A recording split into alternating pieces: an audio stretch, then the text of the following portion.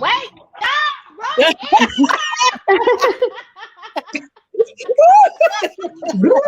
Let's start over. Rewind. Already got a thumbs down, girl. Number 1. Okay. We are going to revisit Miss Sharon Osborne. For those of you that have been sleeping under a rock, Miss Osborne was recently fired from the talk.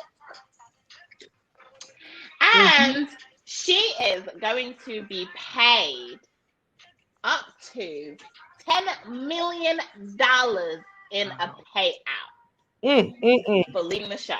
A lot. What is everybody's thoughts on that? Hey, Bernie, how you doing, sis? Thank you so much for coming. Thank you for sharing out this live. I appreciate you. Thank you. Ladies, what are your thoughts on Miss Sharon Osborne and the talk? She gets fired. Yes. And then gets paid. Yes. Well, because she has the contract and they have to buy her out. And I know she went up there and said, if you want me gone, pay me where the money resides. Right. That's what she said to them. That's what she said to him. You want me to go? I'll go, but you got to pay me. You got to pay me. Right. That's right. That's right. Now, I don't think the woman should got fired because last time I checked, she get paid to tell her opinion. I'm just asking some questions now, okay? Answer questions, Andrea, because I hear you, sis. I hear you.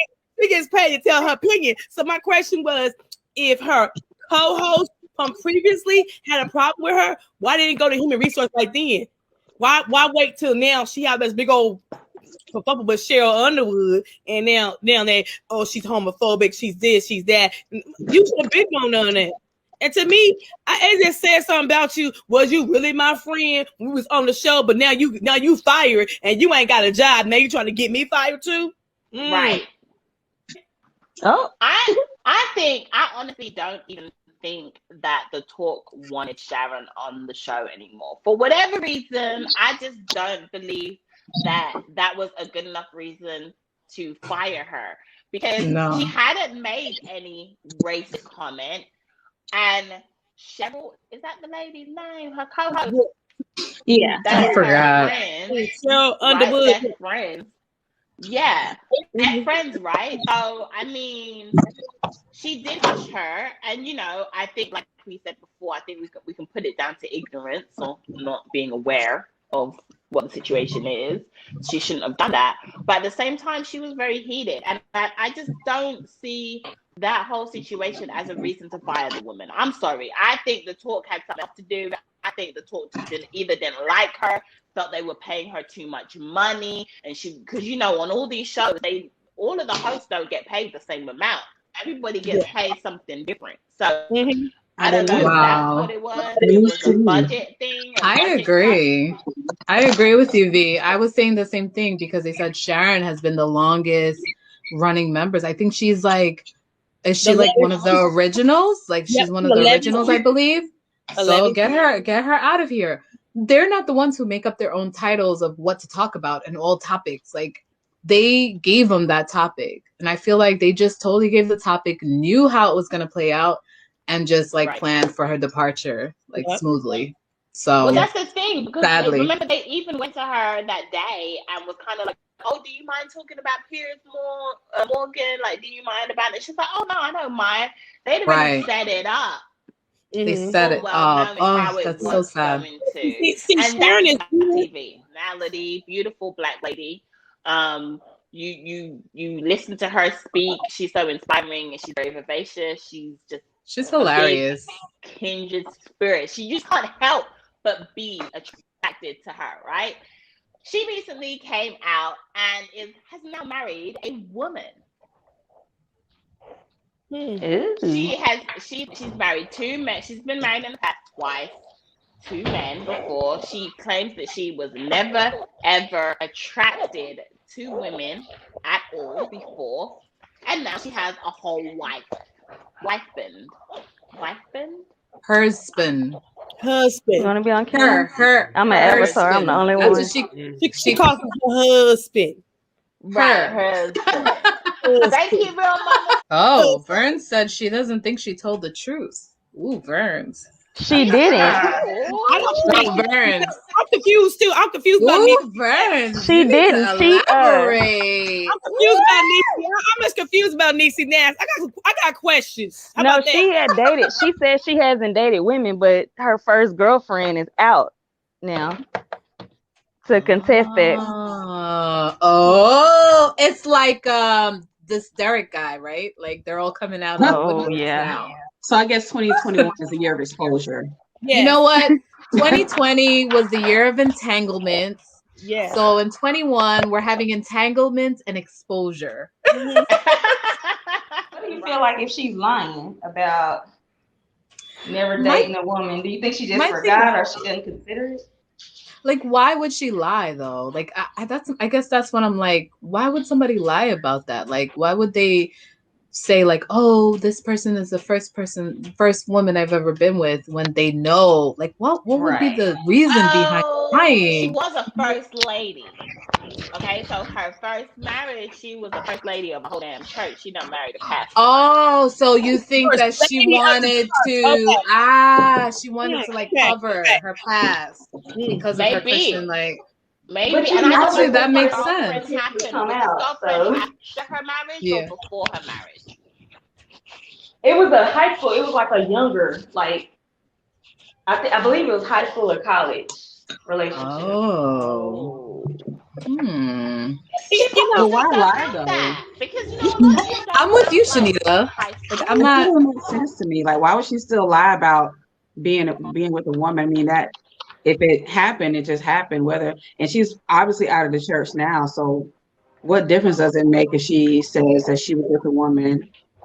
Maybe she doesn't count her teenage years as like relationship. Maybe I know people do that. So. Maybe she's never, because it's the first time she's been married to a woman. So maybe she said that, and maybe she said it in that sense.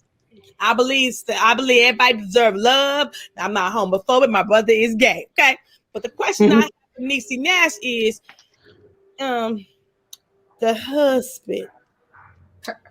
Don't y'all think? And I'm just asking, and maybe if he might be wrong to ask the question, but don't she compare like a man? I'm just asking some questions. Yeah, well, you know. Okay, but if say if I was gay, okay. I will be as my woman because she's fine. Okay, so I'm just trying to figure out if husband is almost like a dude to me. So that's the point. Yeah. Well, you know what I did find interesting though about that interview? So moving it along a little bit away from Niecy Nash, although this was the interview, and this didn't shock me, right? But Willow apparently had told Jada that if her and Will didn't make it for whatever reason, she believes her mother would be with a woman. And Jada was like, really? Oh, okay. Like Jada never really thought about it, right? Willow has said that she also has had some experiences where she found women attractive. She's never gone the whole way or explored it or whatever, but she said that she has had feelings or thoughts of women in that manner. And then also, Jada's mama, which is very interesting to me, she said she always was really curious about having a threesome, but she never did. She just never did it. And she's like, now I feel like I'm too old to try it, but I've always been curious to want to try it. And everyone's like, you ain't too old. She goes, oh yeah, no, honey, I'm too old now. I like her. For me. Like, not happening. So I'm like, okay, so the women of that family, I guess all of them may be a little fluid or want to be. Just a little bit. Or have been. I listened to that interview and I found myself, maybe I'm from a little old school, I don't know, but I felt like when grown folks is talking, kids are supposed to be in the room, and maybe I'm just a little old fashioned. I felt like it's inappropriate for the daughter to be at that table. That's just me. Well, she's 20 years old. She's grown now. She's grown. Okay. But so at what age, Andrea, do you invite the children to the table to have some real talk? Okay, well, what age? Have mercy. Okay, I got grown kids, but it's some things I don't think you still ain't ready for. I'm still growing than you, and you ain't ready. So I'm. See, Jay, that's where I disagree with you, honey. And this is the reason why, right? I actually really respect the relationship that they have with their children and how open they are, because it allows their children to feel comfortable to really express themselves, where a parent knows what is going on with their child. I would rather my child, and whenever I have one, my child comes to me and we talk about it, and I can see where they're at mentally, than them trying to figure it out on their own. They're trying to compress feelings. They're scared. They're not too sure. They want to try things. They're not too sure. I would rather my child be open about what they're feeling, what they're thinking, and we have that conversation, than them getting it from somebody else that has no clue, or that may not give them the love and protection that they need to get that information. Absolutely. I agree with Vee. I agree with that, but I don't know. Maybe it was just me. It took me back. I don't know. I'm still new school. I have conversations with my children, but it was at the table where grown folks is talking. Even though my kids are 22 and 23, when grown folks is talking, and I say grown folks, we over 40. Grown folks is talking to children at the time. They still even the 23-year-old children, you send them away. Still the children, and we got the grown folks conversation. This is bringing me back to the episode of Bridgerton. Bridgerton is life, okay? This is bringing me back to the episode of Bridgerton when the mom thought she was going to have the conversation with her daughter on her wedding night about what happens on a wedding night. And I just feel like I was upset. Remember, Vee, we had a whole long discussion about this. I was like, and what's crazy? To this day, there are parents that don't speak to their children about the important things. Like, okay, get your education. Yes. Be good, kind to your elders. Yes. But then sex? But that's that mentality, though, that I wish that we would move away from, because we send our children out into the world so disconnected. And then they start to experiment, and then we get all kind of craziness, right? Because we weren't exposed, or we weren't able to express ourselves, right? Because I grew up like that. The grown people, like, they would send us outside. Like, when it's going down amongst the grown-ups and it get heated, they like, okay, all the kids, go outside and play. Y'all don't need to hear this. But think about what it would have done for us if we would have heard these things, or maybe we would have seen it play out, or could be privy to some of the things that we didn't know that we were going to ourselves one day experience. Right? Read it right, Shanita. I try to tell you that you don't want to raise kids with an unrealistic world. And I have a friend of mine who, she has daughters, 2 older daughters and a son. And she will not allow them to be exposed to a lot of stuff. Like, she doesn't let them watch stuff with death in it. She doesn't not sex, because she's like, I don't want them to be exposed to that. That's too scary for them. It's not, I don't. As far as she knows, it wants them to be rainbows and sunshine all the time in their world. But the world is not rainbows and sunshine. I don't think they can take it. And I'm like, but don't you think they need to be exposed a little bit? Because when they go out into the world, they're going to be really naive. You know what's crazy? Every action has a reaction. I can't imagine what those poor boys are going to be like. You know what's your lawyer at? Because I'm suing you. Okay, because that's just rude and disrespectful. I thought this would be a nice establishing Black restaurant, and now we turn away Black sisters. What I was told is she had sisters come out of town. They was all getting together, gonna have a party, and you turn away over some hair. Really? Okay. Well, I'm gonna hire me a good lawyer and give me my money where the money resides, embarrassing me in front of. Okay, that's the theme of the night. Where the money resides. It's always the thing now. Look, I'm gonna sue you. I think he got a personal issue with Black women. Yes, this image. because he wants his restaurant to look a certain way, and he's, I guess, from the outside looking, I don't really know. I don't know him at all, but it just seems like he's more concerned about what it looks like and what his establishment looks like and what type of people he wants the people to, well, the type of customers he wants to have and the type of look that he's going for. So when people come in there, everybody's looking like nice and put together and ghetto. Which is cool. I guess, do you, but it just really sounds a lot conceited to me. Yes. Let me insert this. Okay, go ahead. In the world, because that's his restaurant. We're gonna go back to the Dallas. What was it? Twerking. The twerking. This These is what are I'm reminded of. People's restaurants, and they have the right to refuse service to anyone. You see these signs up in anybody's establishment. So if that his thing, that's his right as a business owner to refuse service to anyone. I got turned around at Gloria's because my husband had on some polo boots, and we were we're trying to get soap, but you move on. You take your business elsewhere and you move on. I'm glad that they made it public. That way that other people, it could affect his bottom line, his net revenue or whatever. But that's still his right to not, you invite who you want into your establishment. Unfortunately, you see that at these clubs, like you go out to Vegas and all that, they holding the line, for the real cute little teeny bopper looking chicks to go in front of everybody, and you got to stand there and look. That's life.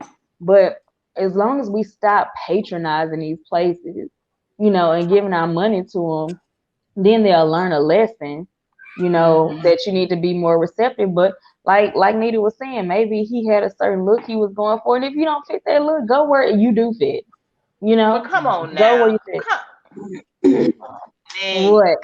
On now. What? I get dress code. I get you got the wrong shoes on. I don't get how. I mean, these girls were going out for a birthday celebration, so the hair was combed, and they look good on the TikTok video that they uploaded that day. Like, their hair didn't look bad. He was doing too damn much. You need to have compassion. Yes. For people. Because you take this job knowing that you in the hood, you're gonna deal with people on drugs, you're gonna deal with people drunk and just crazy or out of their minds, and you have to have that in you. That has to be in your bones, compassion for humankind. But he said, to say all this on camera. When he said my mama just died. Yeah. All of it was on camera because when the police knocked on his door. He knocked on the door with the gun, with the edge of the gun. Yeah. And he had the gun pointing at him. And he kept begging him, don't shoot me, man, don't shoot me. And he goes, so he gets scared, because think about it, if you're a black man, and you got a police at you, you know. And they have their gun out already. There was no reason. And you ingest a bunch of drugs because you don't want to be caught with that. And then your homegirl, old girl in the back, she need to go to jail because she not a good friend. She left. She called her daughter to come pick her up and flee the scene. Oh, wait a minute. So it was somebody, it was a girl? It was 3 people. It was a girl in the back seat and a guy on. The guy was the one that they initially were talking to on the passenger side. And I don't even know how they went over there on Floyd, maybe because he had the bill and they had already identified him through the call. But they started beating on his window, and I really think that exchange is gonna hurt George Floyd's case because of his reaction, because people aren't gonna humanize him. They're putting Floyd on trial, not Chauvin, They're gonna just look at this man was on drugs and acting crazy. Oh my God. But my thing is, Nick, though, still, right? I still don't even think he was acting that crazy. Okay, girl, he was. He was cutting up. No, he wasn't, and that's what I'm saying. Right? When I watched the video, like, I'm expecting like a lot more, right? You can't resist arrest. You can't refuse the command of a police officer. Can. But when the police officer was talking to him, he was compliant, Nick. At the beginning, the man was compliant. When they told him to get out of the car, he got out the car. Yeah. He was compliant the whole time. That's what I'm saying. Yeah. And so when they go to put him in, But when they go to put him in the car, they said, put your hands on the steering wheel. He puts his hand on the steering wheel. Yeah, first of all, he's like, man, I can't go to jail, man. Take that gun out of my head. I can't do that again. You can't do that with police, though. Please don't. You can't do that. Whilst he's saying that, though, he's got his hands there. Then they said, put your hand on your head. Then he puts his hand on his head, but he's still begging with them. He's begging with them whilst he's complying. So that's why I'm saying, right? But you gotta. So when really fighting them like that. But they had to get this man to the car. He's like, I'm not going, and he's being defiant. He's pushing against getting put in the car. No, I ain't going. That's resisting arrest. What do y'all have to say? Because y'all know I got heated today earlier about the damn girlfriend. What do y'all have to say about the girlfriend?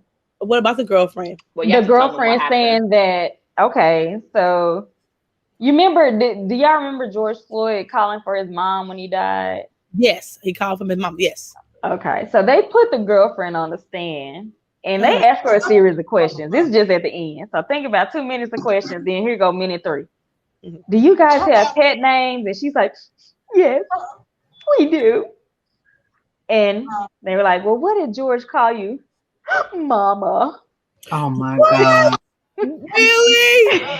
And they were like, well, did he have a mother already?